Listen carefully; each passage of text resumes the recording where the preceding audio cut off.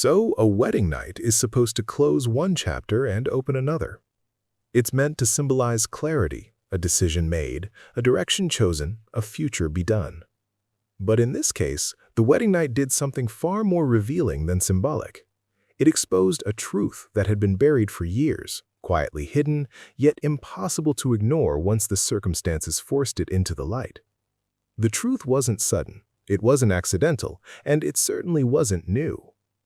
Welcome to Still Frames, a podcast where we slow real-life stories down, strip away the noise, and sit with the moments that changed everything. My name is John, and here we explore real-life cases from the past, stories that are closed, documented, and widely discussed, focusing on what is known, where the conflict lived, and what these stories reveal about human choices and consequences. If this is your first time here, you're welcome. And if you appreciate calm, thoughtful storytelling, you can subscribe and stay. Now, let's go back to where this story actually began. Depending on where you hear this story, the details may shift slightly.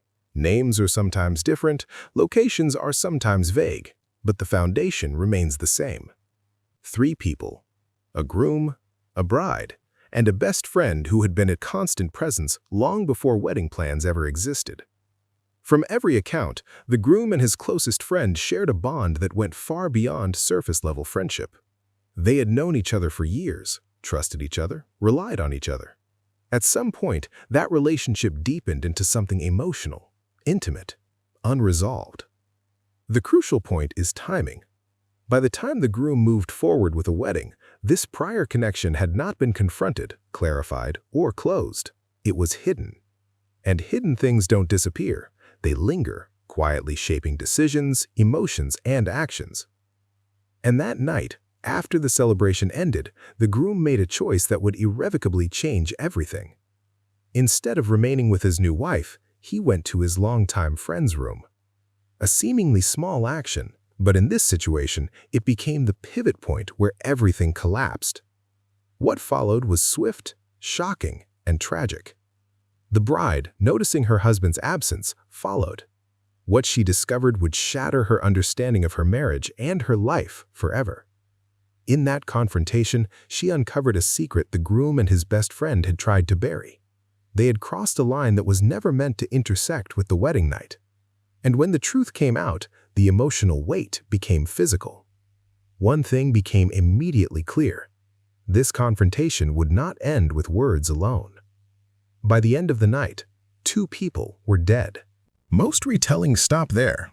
2 dead, 1 survivor, a horrific moment frozen in time.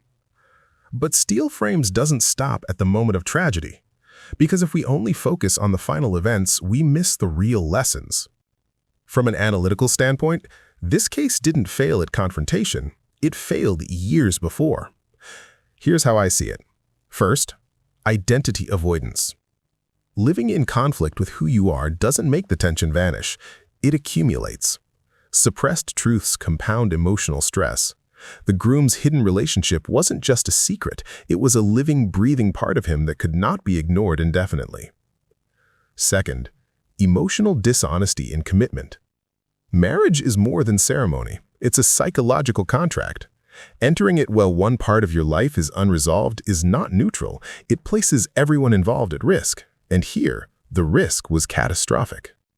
Third, proximity without resolution. Maintaining a close bond with someone in an unresolved, emotionally intimate situation while building a new life with someone else is not stability. It's a delayed explosion, and explosions rarely wait for convenient moments. Fourth, missed interventions. There were multiple points where the story could have changed. Before the relationship crossed boundaries, before the engagement, before the wedding day. At each of these stages, silence was chosen, avoidance was chosen, and silence has consequences. So, when the bride discovered the truth, what exactly happened? From multiple sources, here's the sequence. 1. She found her husband in a room with the best friend, a shocking visual confirmation of a hidden emotional and physical relationship. 2. The confrontation escalated quickly, fueled by shock, rage, and betrayal. 3. In the chaos, the bride attacked first. The violence escalated. Tragically, both the groom and the best friend died as a direct result of the confrontation.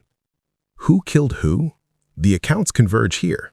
The bride, in a state of emotional and physical frenzy, caused the fatal injuries. But the context, years of secrecy, avoidance, and compounded emotional strain, makes it clear that the deaths were the result of a cascading failure, not a single malicious intent. This is important for understanding the case. It's not about labeling villains. It's about observing how unresolved emotions, secrecy, and avoidance converge into irreversible consequences. From my perspective, this is not a story of villains. It's a story about what happens when truth is postponed until it has nowhere safe to land. Could honesty have prevented this? There's no certainty, but earlier honesty would have distributed the emotional weight rather than concentrating it into a single catastrophic moment. What was ignored here wasn't morality, it was psychology. Human beings are not built to live divided lives indefinitely. Eventually, something gives. Sometimes it's a conversation, sometimes it's a breakdown, and sometimes, tragically, it's irreversible violence. This case is unsettling because the pattern is familiar. People often believe they can manage contradiction privately, that time will soften the truth, that silence is safer than disruption. But silence does not dissolve reality, it delays it, and delayed truth often arrives with interest. Here are the main reflections I want listeners to take from this story.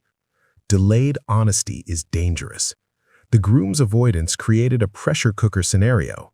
Secrets might protect in the short term, but they compound risk exponentially over time. Identity conflicts need addressing early.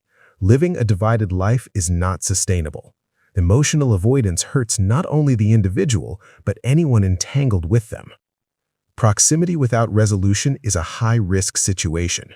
Maintaining intimate connections that aren't fully addressed while committing elsewhere is a psychological gamble, and in this case, it exploded. Crisis prevention isn't instinctive. Often, the warning signs, the anxiety, the withdrawal, the tension are visible, but recognizing them and acting on them is rarely easy. Emotional escalation can lead to irreversible outcomes. Violence in this scenario was not planned, it was triggered. Understanding the triggers, shame, fear, betrayal, is crucial for prevention in other contexts. The question isn't simply who is to blame, it's deeper. At what point does avoiding discomfort become more dangerous than facing it? How many commitments are entered with unresolved identities behind them? How many tragedies begin not with hatred, but with fear of being honest? The story is closed, the deaths are final, but the lessons remain open. Steel Frames exists to sit with stories like this, not to sensationalize, not to assign blame simplistically, but to understand the quiet, cumulative decisions that build toward irreversible outcomes. This case leaves a chilling reminder. The longer the truth is delayed, the greater the consequences.